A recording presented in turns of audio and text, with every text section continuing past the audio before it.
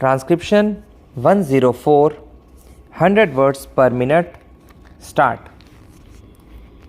In recent months, we have seen how speculation took place in regard to certain foodstuffs and other agricultural commodities.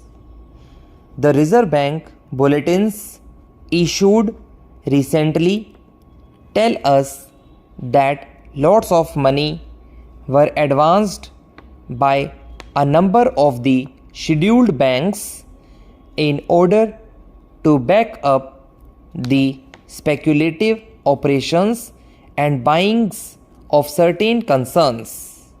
Similarly, monies had been advanced for speculative purchasing with regard to other commodities. Such things are happening, but the point is that these speculations go on merrily in this country, supported by those very elements who control the stock exchange and the financial world of our country. I should like to know to what extent this is going to be stopped. It is said that we are in a bad situation, and in order to give a proper direction to the planned development of the country, it is essential to direct the investments and the speculative investments in particular. How much this measure conforms to these, I should like to know from the government. It appears to me that not very much will have come out of this measure, notwithstanding the fact that government is armed with these powers. It is of vital importance today that we should never have proper control of our investments that are taking place or concerning of shares in some cases.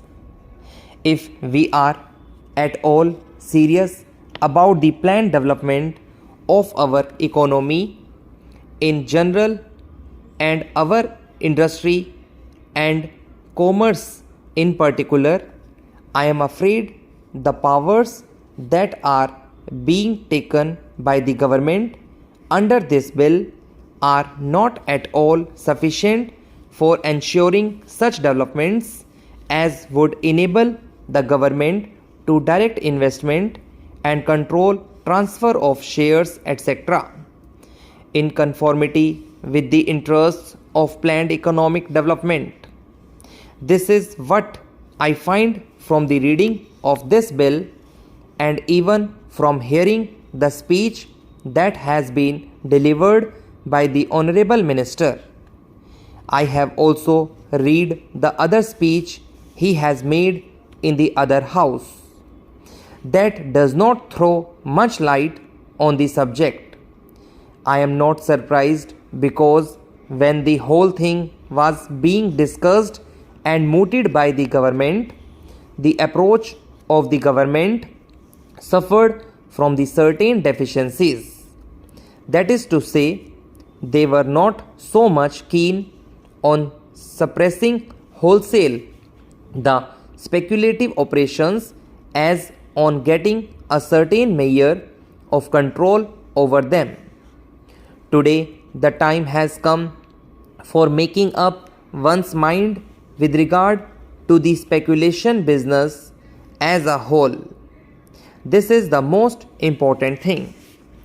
With regard to investment, it has been said very eloquently in these documents that after all, a person should have an opportunity of investing his funds, and therefore he should have a chance of going to the market and buying some shares.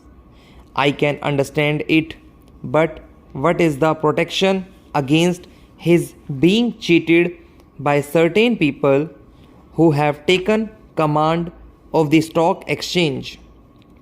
What is the guarantee against that? Blank transfer is there It is not abolished.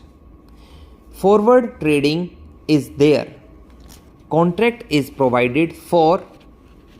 It is not abolished. Also, there are other ways and means of cheating the common man. As we find today, the common man goes in for investment. Very genuinely, he goes in for investing because he wants to save some money for bad days. Now, what is the protection in this bill which would save his money? I find that there is no such effective guarantee. I should have thought that in considering this whole scheme of mayors, the government would be interested in seeing as to how the heart of the speculative operation could be crushed, namely the monopolists who control the stock exchange today. It is essential to hound them out of the field together.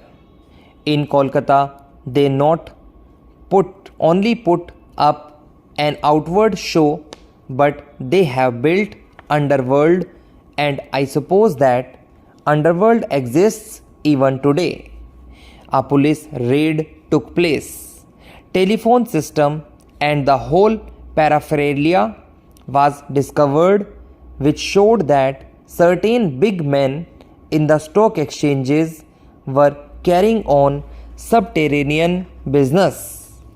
This is a new type of underworld we have in our country in order to cheat the common man, in order to evade taxes, in order to carry on profiteering and black market trades. Lots of things came to light that day and the newspapers gave a lot of publicity. We came across certain very big people. Some of them are very well known patrons of the Congress party, the ruling party, who were hauled up in this fashion. What has happened to them? We would like to know when we discuss such a mayor. They are the kings in the speculation world. They are the tycoons of that field. I would like to know what has happened to such people. What are you going to do with these speculators?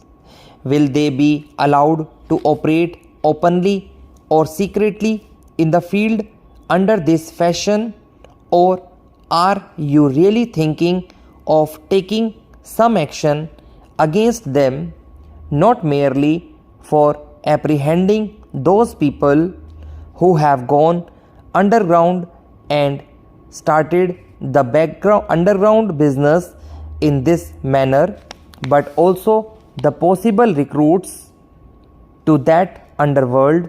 I would like to know. This is what the government should tell us. It is no use trying to bring in old technical questions explaining one clause after another. This is important, but what we would like to know from the government is how you are going to check these elements who sit on top of the country as far as the stock exchange is concerned.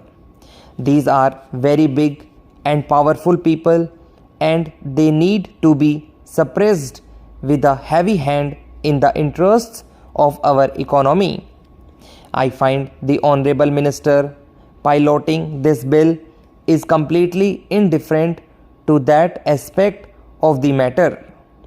There have been cases where a person, a speculator, so to say, goes in for heavy purchases at one time. The heavy pressures boosts up the prices. Then he starts selling it, thereby realizing the money he had spent for buying certain shares in the market.